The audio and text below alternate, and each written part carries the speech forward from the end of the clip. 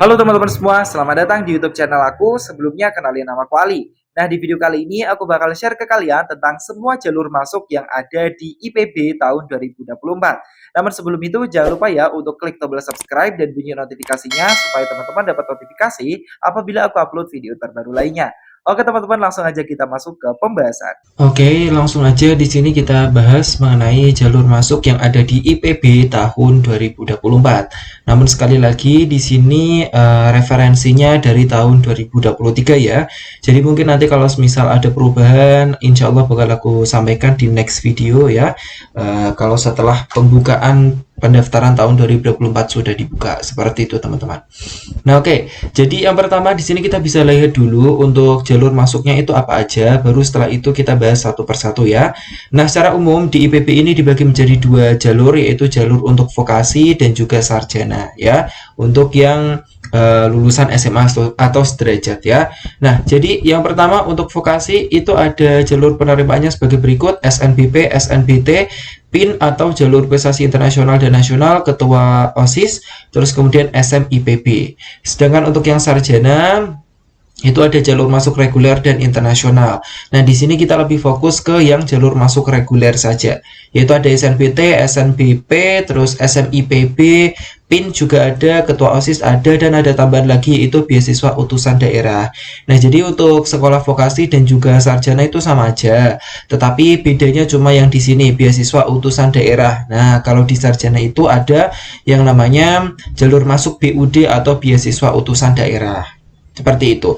Nah, untuk SNBP dan SNBT ini seperti yang telah teman-teman ketahui ya, itu dari pusat ya yang mengkoordinir langsung, dan di sini kita lebih fokusnya ke yang jalur mandirinya kayak gitu. Untuk SNBP dan SNBT insya Allah kita bakal bahas di video yang terpisah. Jadi khusus untuk SNBP dan SNBT nanti teman-teman bisa cek aja playlistnya di SNBP, SNMPTN, SNBT, SBMPTN. Nah, seperti itu ya. Oke, langsung lanjut aja yang pertama. Di sini kita bakal bahas dulu tentang SMIPB atau seleksi masuk IPB ya.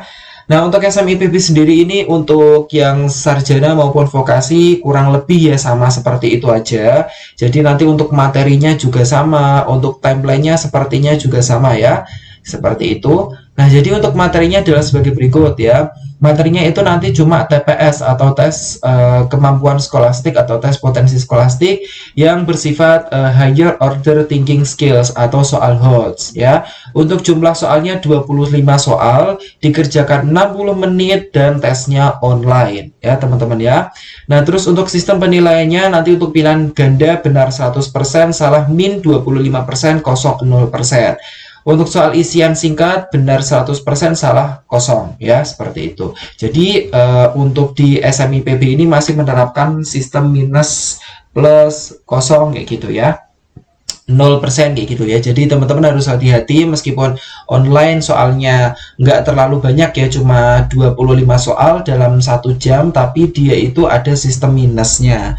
Jadi harus hati-hati. Terus untuk yang SMIPB khusus internasional nanti menggunakan bahasa Inggris seperti itu ya. Oke. Untuk perangkat peserta SM ujian online nanti harus menggunakan komputer dengan koneksi yang memadai, harus Windows 10 atau setara, menggunakan Chrome atau Firefox. Terus handphone juga harus ada ya untuk pengawasan nanti. Terus yang udah ada juga terinstall aplikasi Zoom ya, seperti itu. Terus kemudian persyaratannya adalah sebagai berikut: lulusan SMA atau sederajat 3 tahun terakhir ya. Jadi nanti 2024, 2023, 2022. Terus kemudian ujiannya online, terus peserta untuk jalur skor UTBK berbagi jurusan namun harus skor UTBK tahun itu ya. Jadi untuk SMIPB itu sebenarnya dibagi menjadi dua teman-teman ya.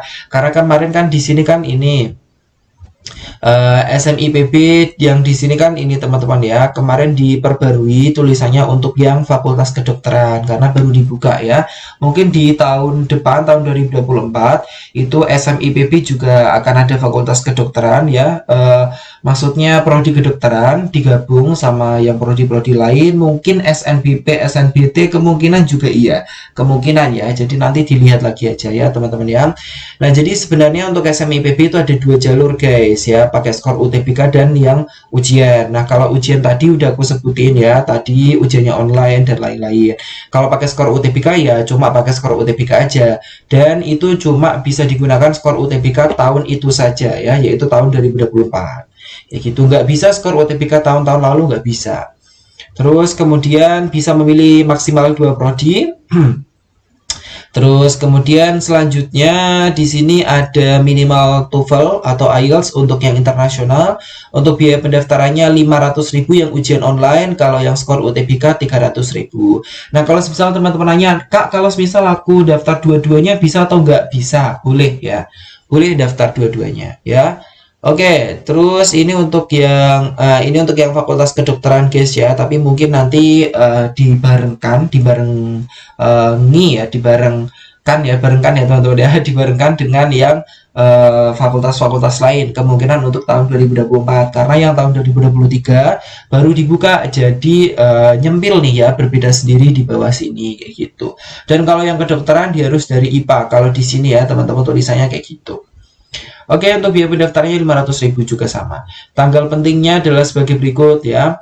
Untuk yang ujian biasa ya teman-teman, pendaftarannya 2 Mei sampai 23 Juni. Ini perkiraan aja, nanti untuk tahun 2024 bisa jadi berubah. Pembayarannya juga sama, terus melengkapi biodata juga sama. Untuk SM Score UTBK nanti pengumumannya 10 Juli, masa sanggah 10 sampai 13 Juli, begitu juga regis online. Terus kemudian pembayaran itu nanti 20 Juli sampai 26 Juli kayak gitu. Terus SMIPB yang ujian online, pra ujian 26 Juni sampai 1 Juli, tesnya 2 Juli jadi awal Juli gitu. Pengumumannya 10 Juli jadi bareng sama UTBK, masa sanggah juga sama. Terus pembayaran UKT dan BPIF juga sama. Nah, terus di sini buat teman-teman yang masih bingung nih, BPIF itu apa? BPIF itu sama saja kayak uang pangkal atau sumbangan pembangunan institusi ya. Kayak gitu ya. Jadi sama uang pangkal gitu ya. Jadi kalau teman-teman masuknya lewat jalur mandiri, nanti bakal ada uang pangkalnya. Untuk fakultas kedokteran nanti mungkin sama dibarengin dengan fakultas-fakultas yang lain. Kayak gitu guys. Nah, untuk yang vokasi juga kurang lebih sama seperti itu persyaratannya ya teman-teman ya. Untuk timelinenya juga kurang lebih sama. Oke, terus kita lanjut yang jalur PIN atau prestasi internasional nasional ya. Langsung lanjut ke kualifikasi pelamar. Nah, di sini itu untuk yang khusus sarjana, kualifikasi pelamarnya adalah SMA jurusan IPA atau SMK Pertanian Kehutanan Kimia Analis TKJ pada tahun itu ya, yaitu tahun 2024. Memiliki prestasi minimal tingkat nasional. Terus khusus prestasi terkait pramuka untuk tahun 2024 nanti baru dibuka di daerah Jawa Barat ya. Jadi mungkin tahun 2024 bisa jadi diperluas ya, daerah Jawa Barat mungkin, DKI juga mungkin ya seperti itu, ataupun seluruh Indonesia bisa jadi aja ya. Dan untuk yang tahun kemarin itu baru di Jawa Barat. Nah, kalau untuk yang vokasi dia itu bisa didaftari oleh SMA ataupun SMK ya. SMA ataupun SMK mana nih? Yang PIN ya guys ya, SMA ataupun SMK dari beberapa jurusan. SMA-nya juga boleh IPS ya, yang vokasi ya, tapi harus dilihat lagi nih guys ya. Untuk yang vokasi ini boleh dari IPS ya guys ya. Ini ya udah aku highlight ya, lulusan SMA atau sederajat atau SMK pada tahun 2024 berarti ya. Nah, di sini itu udah dijelasin jurusan SMK harus sesuai dengan prodi. Nah, untuk prodi yang ada di vokasi itu ada yang ketentuannya gitu ya. SMA jurusan IPA itu bisa masuknya di jurusan apa aja, IPS bisa masuknya di jurusan apa aja. Nah, nanti teman-teman lihat aja ya di link yang udah aku kasih di bawah ya, di bagian ini, di bagian prodi ya, ini diklik nanti akan muncul tampilan sebagai berikut ini ya. Nah, nanti teman-teman cek yang jurusan sekiranya teman-teman suka itu masuknya di jurusan IPA atau IPS atau SMK jurusan apa. Nah, ini contohnya kayak gini guys ya. Untuk jurusan komunikasi digital dan media itu syarat jurusannya dia itu bisa IPS, bisa SMK yang relevan atau IPA. Nah, jadi ini lebih umum gitu ya untuk jurusan komunikasi digital dan media. Nah, contohnya kayak gitu guys. Nah, seperti itu ya. Perbedaannya cuma itu aja untuk yang IPA IPS-nya ya teman-teman. Terus kita lanjut lagi ya. Untuk selanjutnya Tanggal pentingnya nanti di awal Februari sampai akhir Maret. Terus kemudian pendaftarannya ya guys ya, pengumumannya itu pertengahan April, registrasi online 17 April sampai 3 Mei ya, pertengahan April sampai awal Mei. Terus tagihan pembayarannya juga UKT-nya itu sekitar pertengahan Mei. Nah, seperti itu. Nah, jadi buat teman-teman kalau daftar di jalur prestasi internasional nasional nggak ada yang namanya uang pangkal ya. Uang pangkal hanya ada di jalur seleksi mandirinya, baik itu skor UTBK maupun yang ujian online. Itu kalau di IPB. Untuk yang jalur selanjutnya juga nggak ada ya. Jalur yang ini juga nggak ada, jalur ketua OSIS juga nggak ada uang pangkalnya ya teman-teman ya. Untuk tata cara mendaftar mungkin nanti di next video insya Allah ya kalau udah dibuka pendaftarannya. Kita di sini bahasnya yang secara deskripsinya aja, persyaratan-persyaratannya, timelinenya itu yang paling penting ya buat teman-teman sekarang ya. Untuk jalur ketua OSIS adalah sebagai berikut ya, yaitu pernah menjadi ketua OSIS selama di SMA atau MA ya. Terus ada surat keterangannya juga. Dan untuk lulusan tahun itu saja yaitu tahun 2024 jurusan IPA.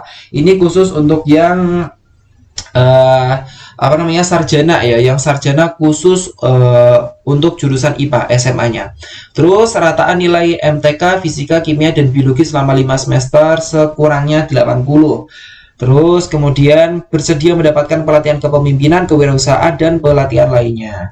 Untuk tanggal pentingnya, untuk pendaftaran 1 Februari sampai 31 Maret, pengumumannya 14 April, regis online 17 April sampai 3 Mei, dan pembayaran serta unduh tagihannya pertengahan Mei. Nah, seperti itu.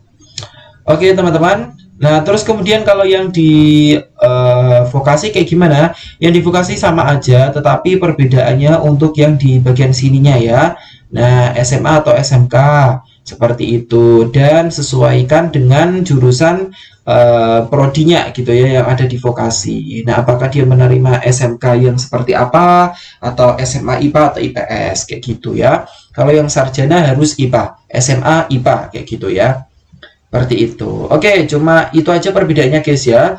Terus kita lanjut yang selanjutnya itu ada jalur beasiswa utusan daerah ya. Beasiswa utusan daerah ini secara gampangnya nanti teman-teman kuliah di IPB dibiayai oleh instansi terkait ya yang memberi kamu beasiswa utusan daerah.